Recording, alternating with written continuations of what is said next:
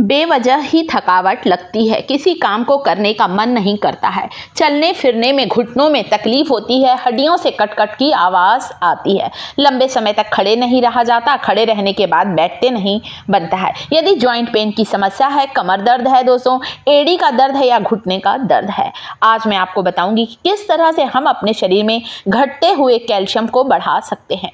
Calcium का स्तर जब हमारे शरीर से कम होने लगता है तो हमें हड्डियों में दर्द सताने लगता है। सबसे पहली चीज बहुत ही सस्ती और हम सब के रसोई घर में मिलने वाली कैल्शियम का खजाना है, ये सेसमे सीड, तिल्ली। इसे तिल्ली बोलते हैं, तिल बोलते हैं, इंग्लिश में इसे हम लोग सेसमे सीड कहते हैं। दो तरह के तिल आते हैं, एक सफ़ेद तिल और यह है दूसरा बिल्कुल काला तिल, इसको ब्लैक सेसमे कहते हैं। दोस्तों तिल का सेवन जरूर करें, 1 चम्मच तिल को गुड़ के साथ खाएं या आप तिल्ली को ड्राई रोस्ट करके किसी डिब्बे में भर लें। जिन लोगों को सेसमे सीड को चबाने में परेशानी होती है, चबाना पसंद नहीं है, वे तिल्ली को भूनने के बाद इसे पीस कर इसका पाउडर बना लें। 1 चम्मच तिल के पाउडर को 1 गिलास दूध में डालकर लें। देखिए कैसी तेजी से आपके शरीर में कैल्शियम का स्तर बढ़ने लगेगा। गठिया, अर्थराइटिस, घुटनों का दर्द, हड्डियों के जो दर्द होते हैं उनसे आपको राहत मिलेगी अगर आप रोज 1 चम्मच, केवल 1 चम्मच तिल को खाएं। दूध में डाल के खाएं, गुड़ के साथ तिल खा सकते हैं, तिल का लड्डू खाया जाता है, जैसा आपको पसंद है 1 चम्मच जरूर खाना चाहिए। काला तिल खाएं, सफ़ेद तिल खाएं। तिल्ली में भरपूर मात्रा में कैल्शियम, फास्फोरस, मैग्नीशियम, ढेर सारे विटामिन और मिनरल होते हैं। हमारी शारीरिक कमजोरी को दूर करता है तिल का सेवन, साथ ही साथ हमारी हड्डियों को मजबूत बनाता है, मांसपेशियों की अकड़न जकड़न से राहत मिलता है जब हम तिल्ली का सेवन करते हैं। तो खाने में इस्तेमाल करें और रोज 1 चम्मच आप खाएं। आप चाहें ना तो तिल को पानी में भिगाकर रख दें रात भर, सुबह उठने के बाद 1 गिलास गर्म पानी ले लीजिए, दूध ले लीजिए और तिल्ली को चबा चबा कर आप ऊपर से 1 गिलास दूध पी सकते हैं। तो कई लोग पानी में भिगाकर खाते हैं, ज़्यादा अच्छी लगती है, मैं खुद भी खाती हूँ दोस्तों। और ज़रूरी नहीं हम कैल्शियम की बहुत सारी गोलियाँ खाएं, विटामिन डी की गोलियाँ खाएं, हम इस नेचुरल तरीके से भी अपने घटते हुए कैल्शियम को बढ़ा सकते हैं। तिल और गुड़ का सेवन, तभी तो तिल और गुड़ के लड्डू बनाए जाते हैं दोस्तों ठंड में। तिल्ली की तासीर थोड़ी सी गर्म होती है, इसलिए बहुत से लोगों को शरीर में थोड़ी गर्मी लगती है, इसलिए मैंने तिल को भिगाकर बताया है। ठंडे पानी में भिगा दीजिए, पानी में सोख करने से तिल की गर्म तासीर थोड़ी कम हो जाएगी, थोड़ी ठंडक हो जाएगी। गुड़ ले लीजिए, तिल केवल 1 चम्मच तिल को चबा चबा कर बच्चों को भी दें। अगर शरीर में कैल्शियम की कमी होती है तो बच्चों के दांत ठीक तरह से बनते नहीं हैं, या फिर आप कह सकते हैं बच्चों की हाइट नहीं बढ़ती है अगर शरीर में कैल्शियम की कमी होती है। तो ऐसा ना सोचे कि हम जो उम्र वाले हैं, भाई 55 साल के हम हो गए हैं, हमारे शरीर में कैल्शियम कम होगा। बच्चों में भी आजकल कैल्शियम की कमी देखी जा रही है। दूसरी चीज़ जो कि कैल्शियम के स्तर को तेज़ी से बढ़ाता है दोस्तों, वो है काला चना। चना किसी ना किसी रूप में खाएं, भुना हुआ चना खाएं, पानी में भिगाकर खाएं, अंकुरित करके चना खाएं। हमारी आंखों की रोशनी को तेज करता है चने का सेवन। अगर चश्मा लगा है तो चश्मा भी उतर जाएगा। कुछ दिन आप 1 मुट्ठी चना रोज खाएं दोस्तों, खा के देखें कुछ दिन, आपके बालों के लिए फायदेमंद है, आपके स्किन के लिए फायदेमंद है। इसके अलावा पानी में भिगा हुआ चना खाने से कैंसर का खतरा भी काफ़ी हद तक टल जाता है, इतने सारे पोषक तत्व होते हैं। चने का सेवन हमारे डाइजेशन को इम्प्रूव करता है। यहाँ पर मैंने चने को 1 दिन पानी में भिगा कर रखा था, दूसरे दिन मैंने केवल इसे छन्नी के ऊपर डाल दिया था ताकि इसमें थोड़ी हवा लगते रहे। कभी मैं कपड़े की पोटली नहीं बनाती हूँ दोस्तों, हमेशा छन्नी के ऊपर रख देती हूँ और ऊपर से एक पतला कोई ढक्कन जैसे होता ना जाली वाला, वो ढाँक दीजिए, अंकुरण निकल आते हैं।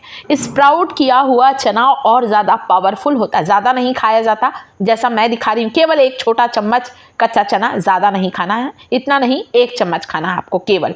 अगर आप ज़्यादा खाना चाहते हैं तो हल्का सा इसे पका लीजिए, बघार लीजिए, थोड़ा सा पका हुआ कर लीजिए, फिर थोड़ा सा आप इसे नाश्ते के रूप में ले सकते हैं।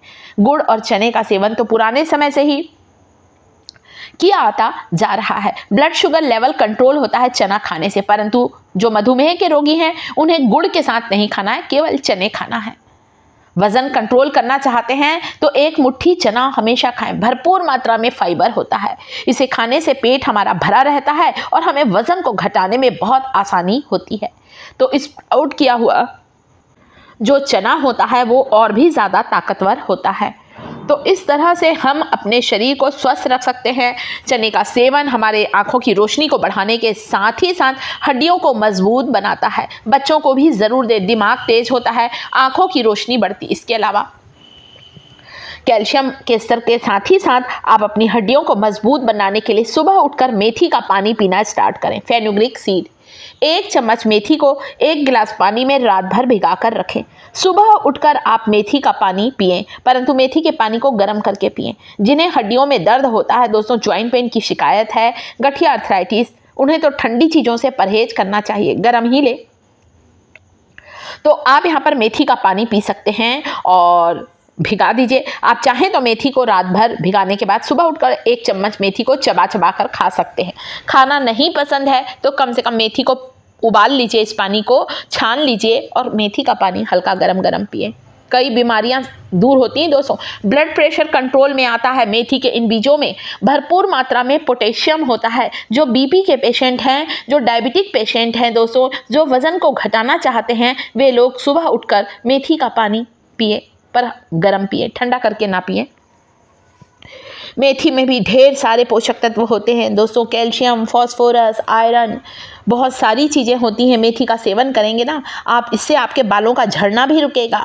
मेथी का सेवन करने से हमारे स्किन में चमक आती। अगली चीज़ है रागी। अब आप सोचेंगे ये क्या है, ये तो सरसों है, राई दिख रहा है। जी नहीं, बिल्कुल सरसों, राई, मस्टर्ड सीड के जैसा दिखने वाला ये है रागी। इसे नाचनी कहा जाता है। इंग्लिश में हम लोग इसे कहते हैं फिंगर माइलेट। जो फिंगर माइलेट होता है दोस्तों, सरसों के दाने के जैसा ही दिखता है। इतना हेल्दी, न्यूट्रिशियस होता है कि आप सोच भी नहीं सकते दोस्तों कि इसमें इतना कैल्शियम पाया जाता है कि शायद इससे ज़्यादा कैल्शियम बहुत कम चीज़ों में होता है। आप इसे पीस कर आटे में इस्तेमाल करें। मैं कई बार ना दोस्तों रागी की खीर बनाती हूँ। यहाँ तो मैं आपको सिर्फ रागी को भून कर दिखा रही हूँ, कढ़ाई में डाला है।